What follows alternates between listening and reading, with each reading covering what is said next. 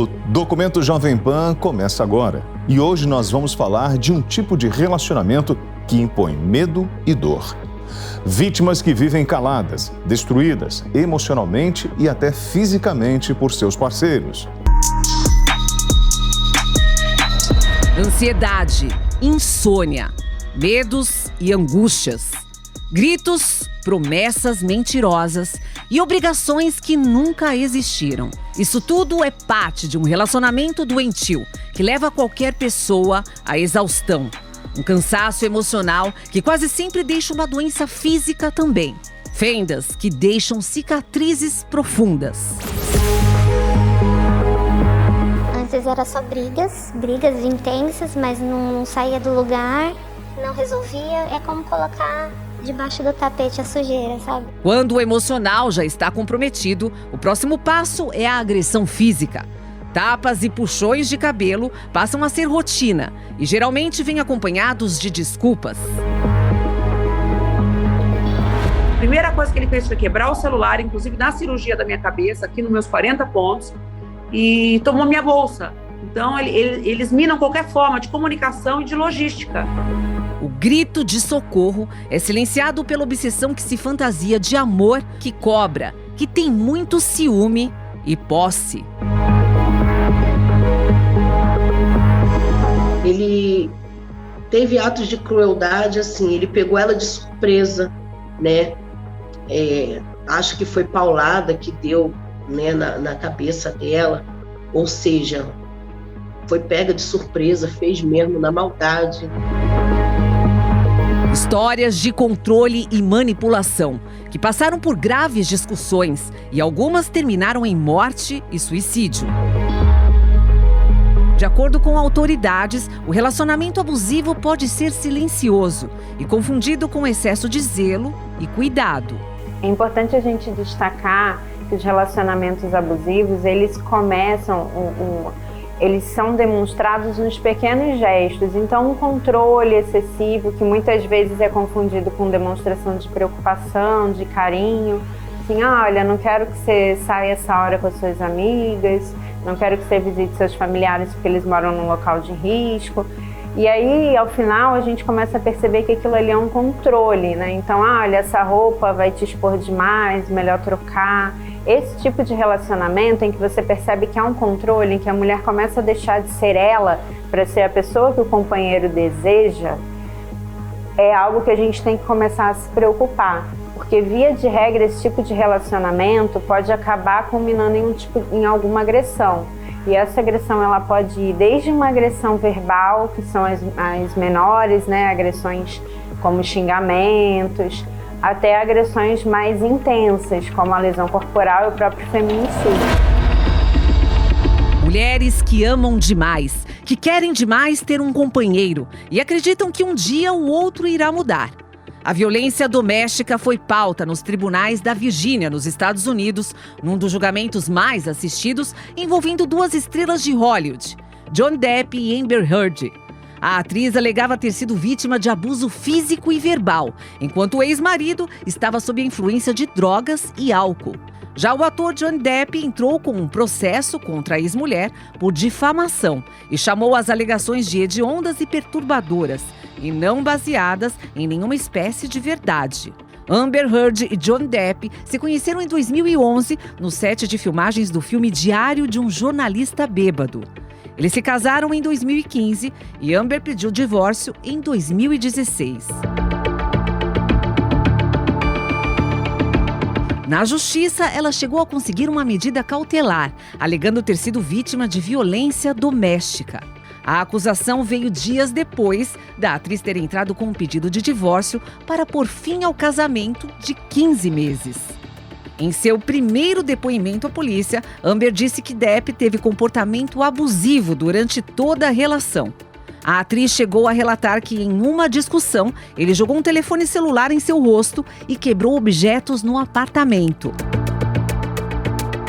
O julgamento durou cerca de 36 dias e foi marcado por alegações chocantes de abusos de substâncias, traumas de infância, violência doméstica e infidelidade. Essa briga na justiça serviu para mostrar que nem sempre a mulher é a vítima. Em muitos casos, a mulher deixa de ser o sexo frágil e protagoniza as agressões. Tendo as próprias provas colocadas contra si, o júri considerou que Hud difamou o ex-marido no artigo do Washington Post de 2018, no qual ela escreveu sobre ser uma figura pública que representa o abuso doméstico.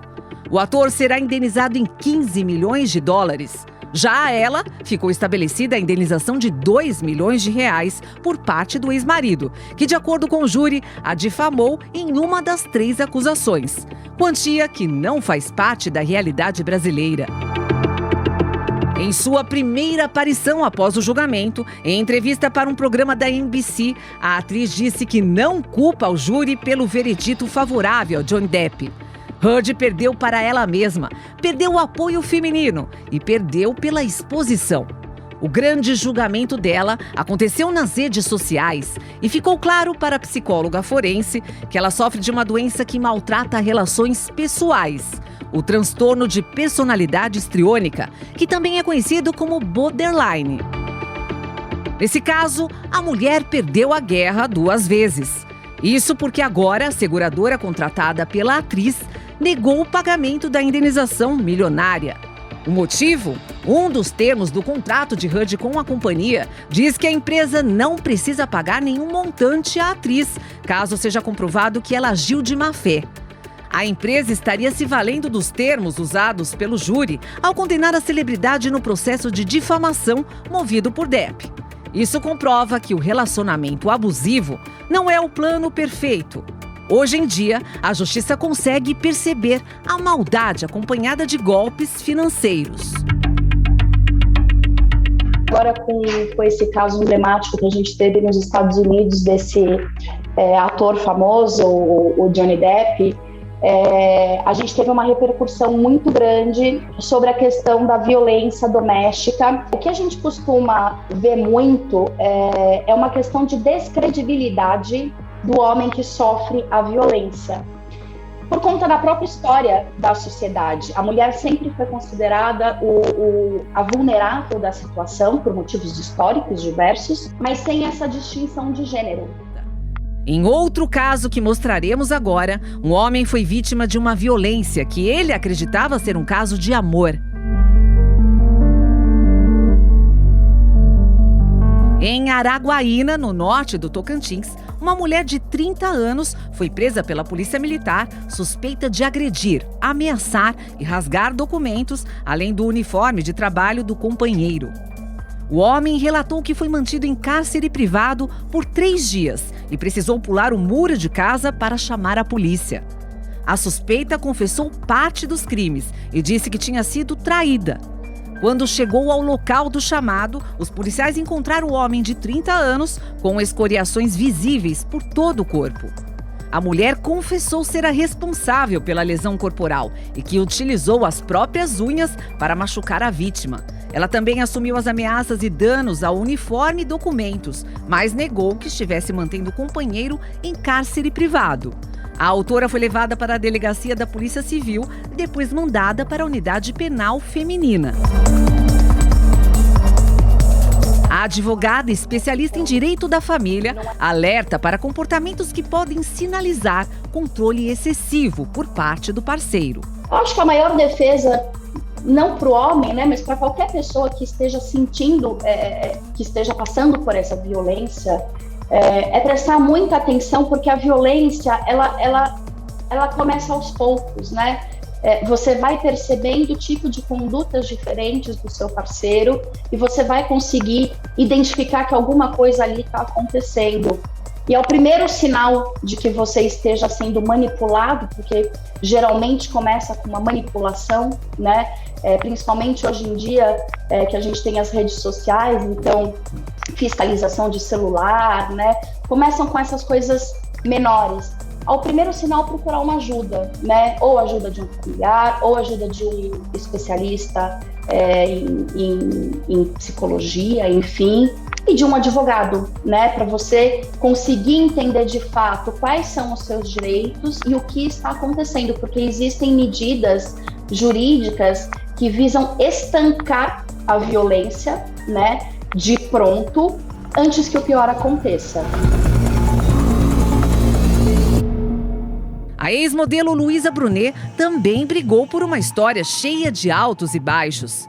Em 2016, ela foi à justiça e à mídia mostrar uma agressão que teria sofrido do então marido Lírio Parisotto. Brunet o acusou de quebrar 4 das suas costelas. Eles estavam juntos há aproximadamente 4 anos. No ano seguinte, o acusado foi condenado a prestar serviço comunitário ao longo de 12 meses, sendo a decisão mantida com unanimidade na segunda instância. Depois disso, Luísa passou a levantar a bandeira para que mulheres em situação de violência se ergam contra os seus agressores. Causa também defendida por Renata Banhara, mais uma personalidade que sentiu o gosto amargo do amor destrutivo. Então, eu estava doente, não percebi que meu casamento já havia acabado. E, ao descobrir uma traição, levei 4 dias para conversar com ele sobre isso, porque eu estava muito doente. Ao ir conversar, eu fui espancada. Quando meu filho saiu do banheiro, ele encontrou o padrasto, me agredindo com os pés, me espancando com os pés. Eu tinha acabado de fazer cirurgias na cabeça. Meu filho entrou em estado de choque, mesmo meu filho tendo quase 2 metros de altura. E ele só fazia me acolher, me colocou no colo dele e me abraçou. Dali para frente, nós fomos para a Delegacia da Mulher. Dali foi uma jornada sem retorno. Dar um basta na relação e denunciar o abuso não é tarefa simples, mas necessária. E foi da experiência ruim de Banhara que nasceu o projeto de acolhimento às mulheres vítimas desse crime. Me separei, tomei a decisão imediata de me separar, tomei a decisão de ir para a Delegacia da Mulher denunciar. E todos os momentos que eu e meu filho nós vivemos, eu entendi que era necessário ter um suporte para outras mulheres para que elas não vivessem o que nós vivemos. Seria o acolhimento e o encaminhamento. Então, a higienização, ouvir essa vítima que adentra a Delegacia da Mulher, ouvi-la, acalmá-la, higienizá-la, alimentá-la, hidratá-la.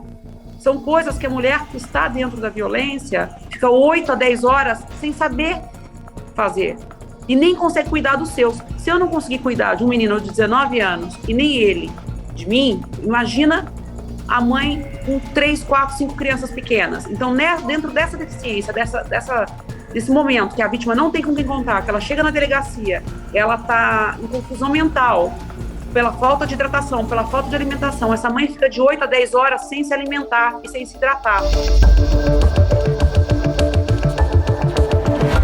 Um novo estudo publicado este ano na revista The Lancet estima que 27% das mulheres de 15 a 49 anos sofreram violência física ou sexual dos parceiros masculinos durante a vida. Destas, 13% foram violentadas nos últimos 12 anos. Essa mulher faz parte da estatística. Nós vamos preservar a sua identidade e chamá-la de Lúcia. Ainda na delegacia, ela aceitou conversar com a produtora do documento Jovem Pan, Marina Arres. Eu tive um relacionamento, me casei, e aí nesse relacionamento, no início do casamento era tudo muito bom, só que depois do casamento, passando por um tempo, entramos num período difícil do casamento, de uma adaptação, uma crise de casamento. E a pessoa já tinha o meu marido tinha uma personalidade já um pouco complicada, né? Muito nervoso, muito estressado o tempo todo. Era difícil dialogar, era difícil de se comunicar, de levar os problemas para resolver. E isso foi se intensificando cada vez mais e aí não tinha solução aos problemas do casamento.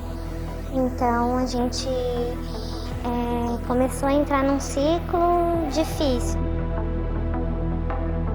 Lúcia admite ter sido violentada pelo marido.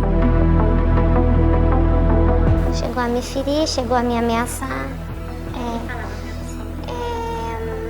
Falou pra mim parar de gritar, senão ele podia me matar. Encostou em mim, colocou a mão na minha cara, machucou um pouco o meu lábio, né? E me acuou, assim, eu fiquei me sentindo acuada, então me sentindo num lar opressivo. E aí a última fala foi: agora você vai aprender a me respeitar. E aí eu falei: tá bom, aí saí de casa. Onde existe uma agressividade, quer dizer que você já notou isso antes. E se você já notou isso antes e permaneceu ali, também quer dizer que você precisa começar a se repensar um pouco com as pessoas com qual você se relaciona, e essa ideia da crença do amor único. Porque muitas vezes a gente sabe que aquilo não é legal, mas a gente tolera aquilo ali. Então a gente precisa repensar aquilo, obviamente. E obviamente é muito errado tudo isso, e a gente tem que realmente modelar melhor a sociedade para respeitar tudo isso, porque são coisas inimagináveis e traumas inimagináveis que as pessoas vão sofrer. A vítima conta que essa não é a primeira vez que vai à delegacia relatar as agressões do marido. Tentei relatar em outros momentos, em outras delegacias, mas não tinha sido acolhida como eu fui aqui. Aqui foi outro acolhimento, outra situação. Fui muito bem atendida, então assim, tô me sentindo muito bem. Isso faz toda a diferença, né? Então quando a mulher ela é bem assistida, ela é compreendida, não tem aquele olhar e aquela fala machista. Porque depois você vai voltar e que não sei o quê, e assim, não importa, eu preciso, é um direito meu. Quando questionada sobre os motivos das discussões com o companheiro, Lúcia é categórica. Inconsistência de diálogo, a pessoa não me ouvia, não tínhamos uma conversa equilibrada. Eu tentava me expressar, eu tentava conversar da forma que eu tô falando com você, dessa forma, bem didática, mas não dava, a pessoa não tinha resolução, e aí a gente fica nervoso, a gente acaba ficando mais nervoso, né, na situação. Mas a pessoa não justifica você ficar nervoso ou aumentar um tom de voz, acontecer esse tipo de coisa, né? Então, foi bem delicado o processo todo, porque não tinha nunca uma conversa para resolver problemas dentro do casamento. Esse psicólogo reforça o velho ditado de que quando o respeito acaba, o amor já foi embora faz tempo. Tem uma coisa que é valiosíssima dentro de um relacionamento, que é o respeito. E muitas vezes esse respeito é quebrado. Então precisa se colocar barreiras nessas situações onde o respeito é quebrado.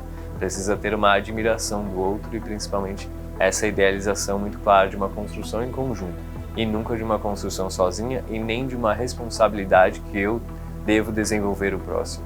Porque não é a minha função desenvolver o próximo, minha função é estar junto ao próximo. É crescer em conjunto, mas não eu pegar e achar que eu devo consertar o outro. Se eu devo consertar o outro, provavelmente eu vou falhar.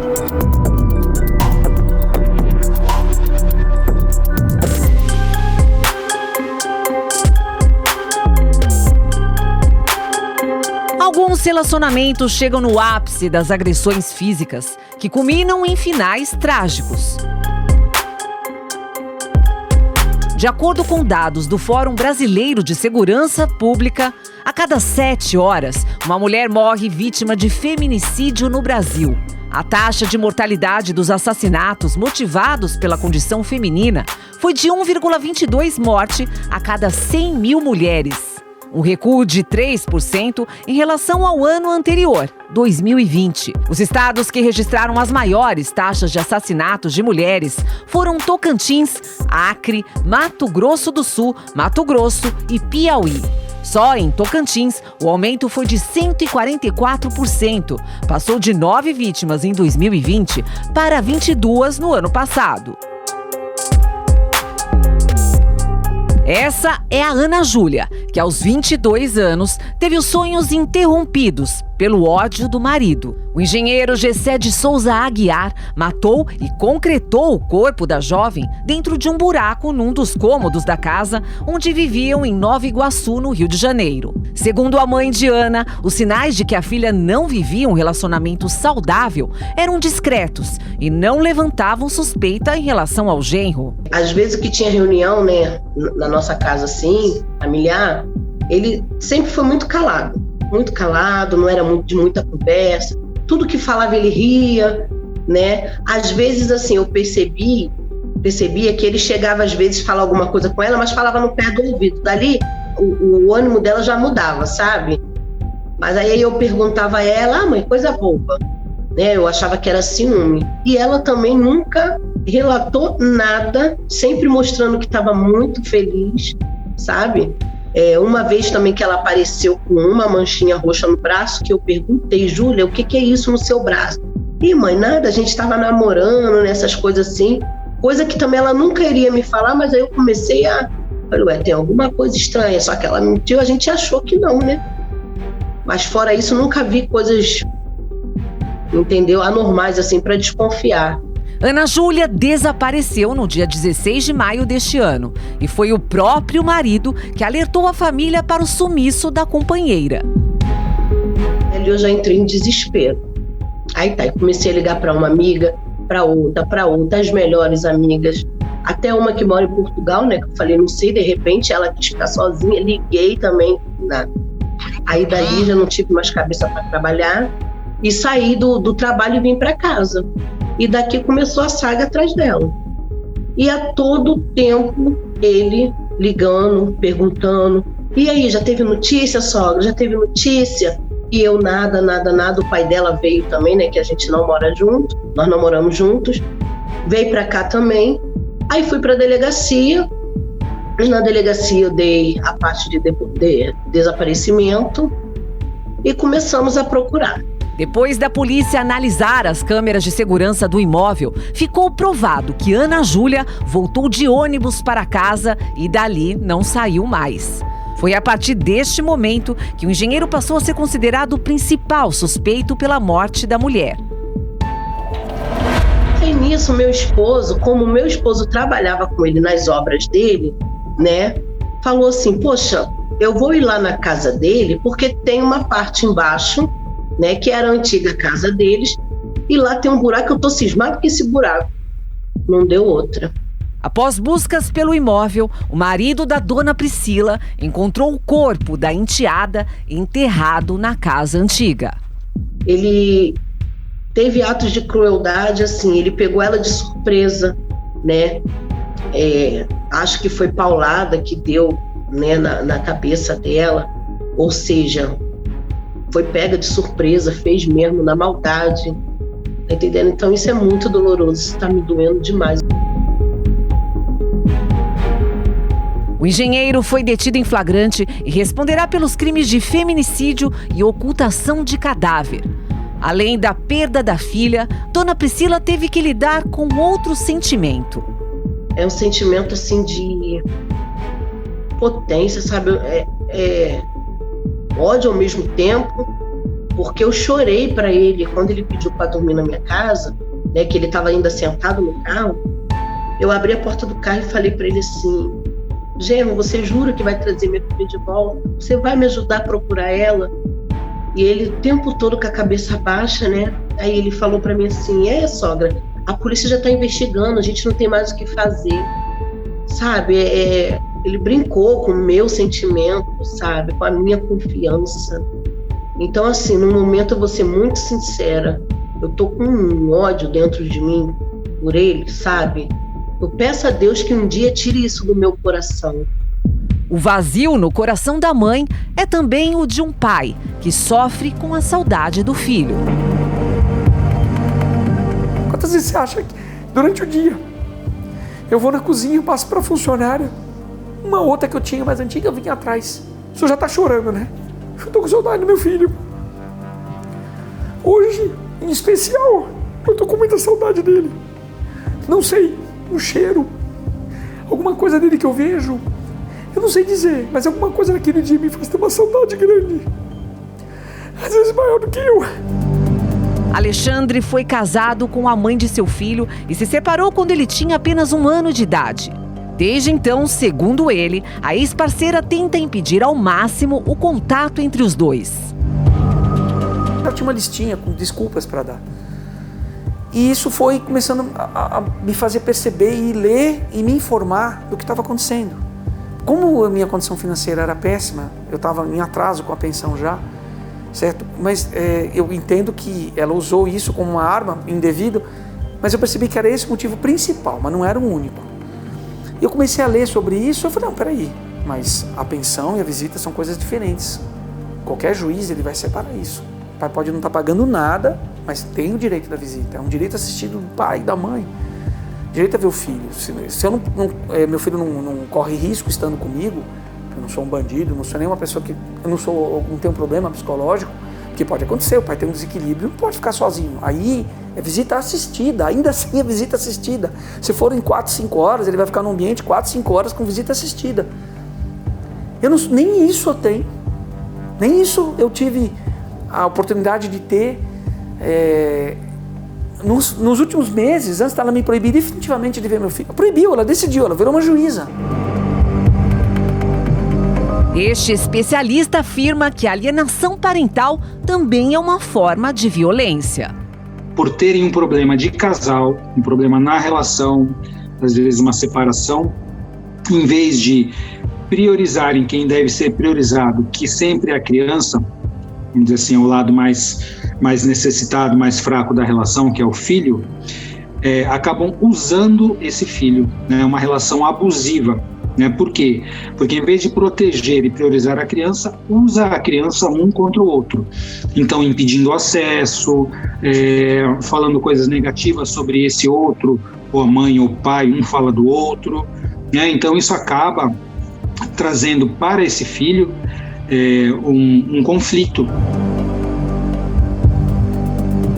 Com as dificuldades impostas pela ex-mulher, Alexandre já está há mais de 2 meses sem ver o filho, que vai completar 8 anos de idade. Eu estava vendo ele 2 vezes por semana, cronometrado, 1 horinha cada uma.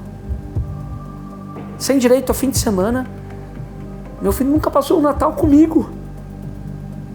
Meu filho, o primeiro Natal, quando ele tinha meses, ele nasceu em dezembro. Eu passei aquele Natal porque eu estava com ela. No ano seguinte, quando ele fez 1 ano, o Natal 1 semana depois. Eu nunca mais. Meu filho eu vi dia 25 de dezembro, no ano de 19. Nunca mais. Foi o único Natal que ele passou dia 25 comigo. E a mãe foi junto.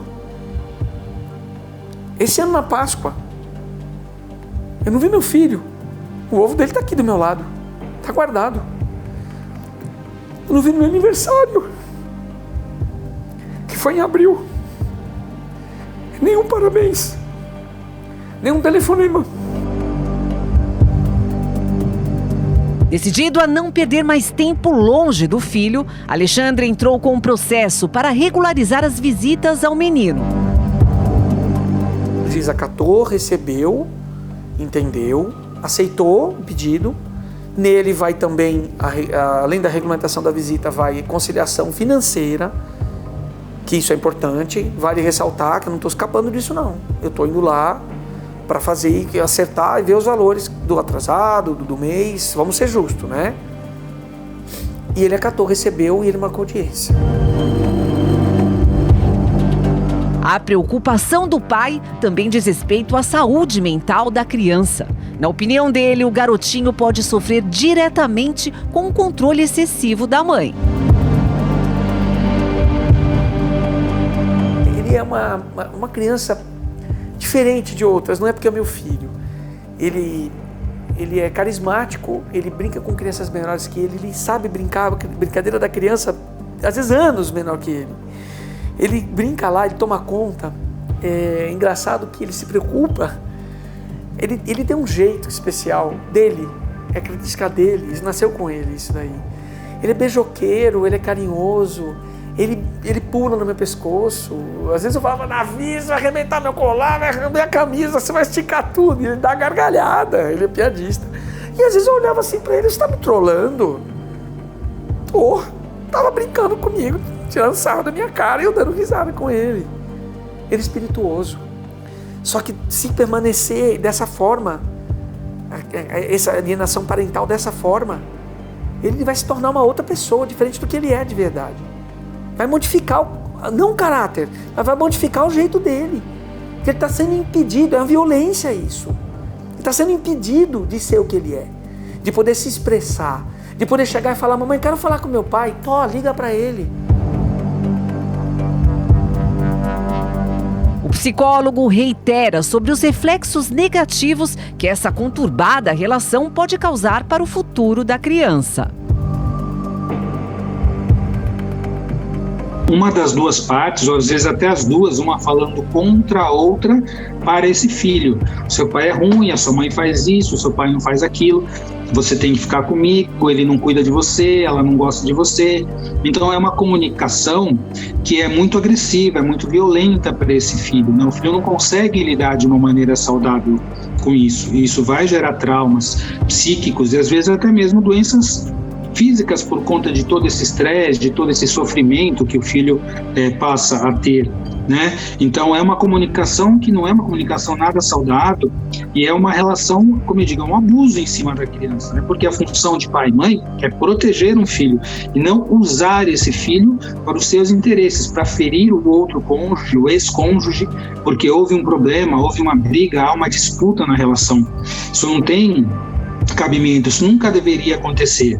O filho deveria ser preservado e esse casal deveria se separar de uma maneira adulta, responsável, inclusive respeitando aquilo que eles já viveram, porque já viveram uma relação e houve um fruto dessa relação que é um filho. Alexandre está visivelmente abalado, com os 84 dias longe do filho. Ele define essa distância que machuca a alma. Quando as pessoas morrem, a gente tem saudade, a gente entende que elas foram. É difícil. E quando a morte é em vida? Você é impedido de ver e falar. A nossa produção tentou ouvir a versão da mãe, mas ela não aceitou falar com a nossa equipe.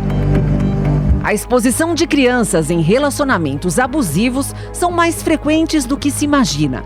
Essa vítima não será identificada. Para preservar a sua identidade, nós vamos chamá-la de Carla. Foi na frente dos filhos adolescentes que o marido dela a agrediu. Quebrou tudo. Quase me jogou da escada, quase jogou meu filho da escada. E eu segurei ele, segurei meu filho, me segurei na escada. E aí houve agressão e meu filho entrando no meio para segurar, a minha filha vendo tudo, porque na época eles eram mais adolescentes. Por longos 20 anos, Carla viveu um casamento difícil, onde prevaleciam as brigas e as discussões. A situação passou a ficar insustentável com as crises de ciúme e o comportamento agressivo do companheiro. Ele, a princípio, achou que eu estava traindo ele. Então, eu me aproximei muito de uns amigos, de um amigo em especial, mas não houve a traição. E acontece que ele ficou muito maluco com isso. E eu sou uma pessoa que eu não sei mentir, entendeu? Então jamais ia acontecer de eu ficar, conseguir levar uma mentira adiante, né? Tem muitas pessoas que levam isso adiante. Para o médico psiquiatra e autor do livro Ciúme, Entre o Amor e a Loucura, a pessoa ciumenta é aquela que tem o desejo inconsciente de vingança de algo que nem aconteceu. É um mote interno da pessoa, ela é ciumenta, independente do parceiro. Procura alguém para destruir todo o seu ódio, todo o seu problema com o passado. Tem as pessoas que se sentem enciumadas quando convivem com alguém que provoca ciúme. Por exemplo, conviver com alguém que dá muitas respostas reticentes, que não tem grande compromisso com a atitude, isso gera no outro desconfiança e ciúme. E é importante separar que se confunde muito ciúme com desconfiança. Na verdade, o mais grave do ciúme é a desconfiança, que gera muita agressão, muito controle, muita posse. E as pessoas que estão enciumadas temporariamente numa circunstância que isso é normal. O que é vida real vira drama em filmes e retrata o sofrimento de muitas mulheres. Nas telonas, em o clássico Dormindo com o Inimigo, os personagens Sarah e Martin parecem ter o casamento perfeito, mas ela apanha regularmente do marido. Para escapar da violência, Sara simula a própria morte e foge, recomeçando a vida com outra identidade. Até que Martin desconfia de que ela esteja viva. Na vida real, Carla também fugiu de casa, mas até hoje carrega a culpa atribuída pela família por ter deixado os filhos com o ex-marido. O meu filho falou, olha, ou você sai ou ele vai te matar, porque ele está ameaçando se matar. Ele está ameaçando tirar a vida dele e nós temos medo disso. E eu optei por fazer isso por medo de ser responsável por aquilo. E eu acatei o que meu filho me pediu. E aí saí de casa. Foi, acho que, meu maior erro. Porque eu fui responsável e sou responsabilizada até hoje pelo abandono dos meus filhos. É assim que a minha família intitulou isso. Mesmo separada, a mulher passou por vários outros episódios de agressão do ex-marido, que era lutador de artes marciais. Cada vez que ele me encontrava na rua, ele vinha para cima de mim. Ou na porta da casa da minha irmã, que a gente sempre morou muito próximo. E aí eu ficava muito nervosa. Houveram umas 5 agressões e ele, pelo fato de ser lutador, né, de fazer artes marciais, ele por a última vez que aconteceu isso, ele me deu vários golpes Enfim, ele me deu vários golpes, me jogando no chão e me agredindo bastante. Ele tentou provocar um acidente, como se eu tivesse querendo matar ele. E, na verdade, não aconteceu, porque ele pegou uma faca para tentar jogar o corpo dele em cima de mim e eu consegui segurar a faca para que não houvesse acidente contra ele, entendeu? Como se eu estivesse esfaqueando e tal. Ela diz que tentou denunciar o ex-companheiro, mas na delegacia enfrentou desprezo e ar de deboche. O investigador, ele riu. Ele falou, você não tem hematoma, você não tem marca nenhuma, você tem certeza do que isso aconteceu? Eu falei, tenho. E aí eu peguei e eu saí de lá desestimulada. Eu falei, agora eu entendo o porquê de tantas mulheres morrerem. Porque no dia que eu apanhei bastante, que foi essa última vez, no dia seguinte eu fui pro plantão. Quem me socorreu nesse dia foi, né? Foi ele e no dia seguinte, no plantão, foi o médico que estava comigo e o socorrista. Eu tinha tanta dor no corpo, tanta dor no corpo, que eu tive que ser medicada, né? E ele falou, você quer um advogado, você quer ajuda? E a advogada que eu tinha contratado para fazer a separação, ela falou, isso não vai parar, mantém. E como se não bastassem as feridas na alma causadas pelas agressões que sofreu, Carla afirma que ainda teve que sentar no banco dos réus e ser julgada por toda a família, que virou as costas no momento em que mais precisou. Eu perdi minha família. A minha família não ficou do meu lado. Eu perdi tudo. Eu tive uma tia e uma prima. E tive ainda a acusação de uma tia, né? De que eu abandonei os meus filhos. Então, não tive apoio das minhas irmãs. Abalou completamente a estrutura familiar. Não tenho mais a minha irmã, né? Porque a gente acabou brigando. Para mim, isso tudo foi encerrado, porque não tive o apoio nenhum. Os fatos ficaram distorcidos completamente distorcidos. E eu saí como mentirosa nessa história. Então isso tudo para mim foi uma tragédia muito grande. Diferente da Carla, a advogada Gabriele encontrou na mãe a força que precisava no momento de dor. Desde o começo eu tive muita força da minha mãe para poder expor isso mesmo, falar, né, sobre o que estava acontecendo, e era algo que eu não fazia porque eu sempre era muito reservada em relação à minha vida pessoal. Então, quando eu expus, né, essa situação, assim, foi um baque talvez para as outras pessoas, mas eu me senti muito acolhida por essas pessoas. Hoje eu tento voltar à minha vida normal, mas é extremamente difícil. Ela ainda guarda os registros do dia em que o relacionamento abusivo deixou marcas profundas no rosto e na alma.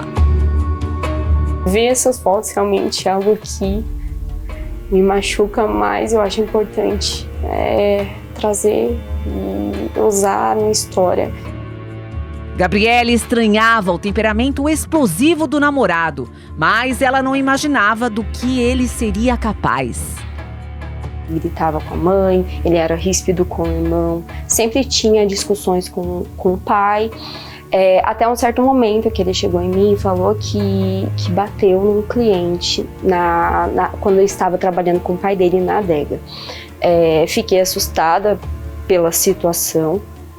Aí ocorreu novamente. Ele foi trabalhar para o pai, só que ele foi comprar mercadoria e bateu na pessoa. Então eu cheguei nele e falei assim, olha, eu tô achando que você está sendo extremamente agressivo, não somente contra as pessoas, mas com os seus familiares, porque era de praxe ele gritar com as pessoas. Tentei repreender ele sobre esses comportamentos agressivos, mas eu não imaginava que a próxima vítima seria eu.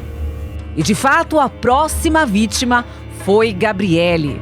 A agressão aconteceu durante uma discussão dentro do carro dele, quando retornavam de um evento comemorativo da conquista da OAB da jovem formada em Direito. Naquela noite, Gabriele e o namorado combinaram que dormiriam juntos na casa dele. Mas o clima de festa deu lugar às discussões quando a jovem decidiu mudar os planos e voltar para a casa dela. Quando chegou na porta de casa, ele começou a discutir, a gritar, inclusive o vizinho saiu para fora por conta do barulho desse grito, e ele veio e começou a me chacoalhar. E aí, para cessar aquela situação, a única forma era dar um murro no peito dele naquele momento. Quando eu dei, ele pegou a minha mão pelo pulso e começou a socar ele mesmo, dizendo que estava fazendo com que eu descontasse a minha raiva. Só que eu não estava com raiva, eu estava assustada, então eu pedi para ele parar, porque estava machucando os meus dedos, estava machucando o meu pulso, e ele não parou. Aí ele veio, deu uma cabeçada em direção ao meu rosto, onde quebrou o meu nariz e o meu maxilar, né? Desorientada, com o rosto ensanguentado e com muitas dores, a jovem ainda aceitou a carona do agressor até o hospital. E que a todo momento tentava induzi-la a não expor o ocorrido. Ele falou que pagaria, que arcaria com tudo e que eu que eu não precisaria expor ele porque ele arcaria com tudo. Mas eu falei que iria expor, inclusive minha mãe deu essa força novamente para mim, e eu decidi expor. Quando soube da agressão, Alessandra, a mãe de Gabriele, que não estava em casa, não quis acreditar. No momento que eu liguei, eu achei que teria batido o carro, né? Eu perguntava para ela, bateu o carro, o que aconteceu, ou até mesmo onde ele estava. Eu achei que houve uma briga ali, ela acabou levando um soco ali no meio da balada que estava, né? E eu não estava acreditando que seria ele, entendeu? Eu não acreditava, porque ele acabou de pegar a carteirinha da OAB e ele não ia querer perder, né, 5 anos de estudo e fazer uma besteira dessa. Nunca imaginei isso dele. A imagem mostra o desvio explícito do nariz fraturado de Gabriele, que também quebrou o maxilar esquerdo. Depois da cirurgia, ela ainda sofre com as sequelas da fratura do nariz e carrega a dívida de R$8 mil que não foram pagas pelo agressor. Fiquei uma semana, com o nariz quebrado. Depois de uma semana eu fiz a cirurgia, tive sequelas da cirurgia, não consegui respirar direito, fora a questão emocional também. Gabriele tenta se recuperar do trauma vivido. A jovem entrou com uma ação civil pedindo reparação de danos morais e materiais, além da medida protetiva contra o ex-namorado. Eu quero justiça, eu não quero que esse caso fique impune, não só meu, de outras pessoas. Porque, assim, como vítima, eu sinto uma dor imensa. E eu sei que isso poderia ter me matado, essa pancada. Os médicos disseram que a pancada poderia ter me matado. Então, se eu tô aqui hoje, sabe, graças a Deus mesmo. Porque como foi assim. Então eu espero justiça. Renata, Lúcia, Carla, Gabriele. Elas chegaram ao fundo do poço, enfrentaram o medo para escapar de relações tóxicas e dar a volta por cima. Nem todas tiveram a mesma sorte. A Ana não teve tempo e foi silenciada de maneira covarde e cruel. E agora, mesmo diante de toda a dor e sofrimento, a mãe é quem não irá se calar. Passar a observar mais os seus filhos, participar mais da vida deles, investigar mais a vida dos namorados, não deixar um minuto de escutar, de observar, porque assim, por mais que eu fiz todos esses papéis, eu não percebi nada.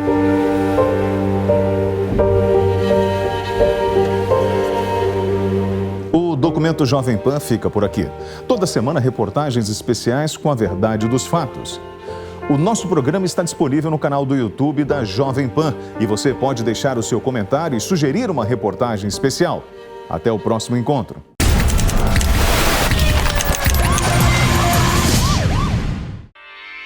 Realização Jovem Pan News.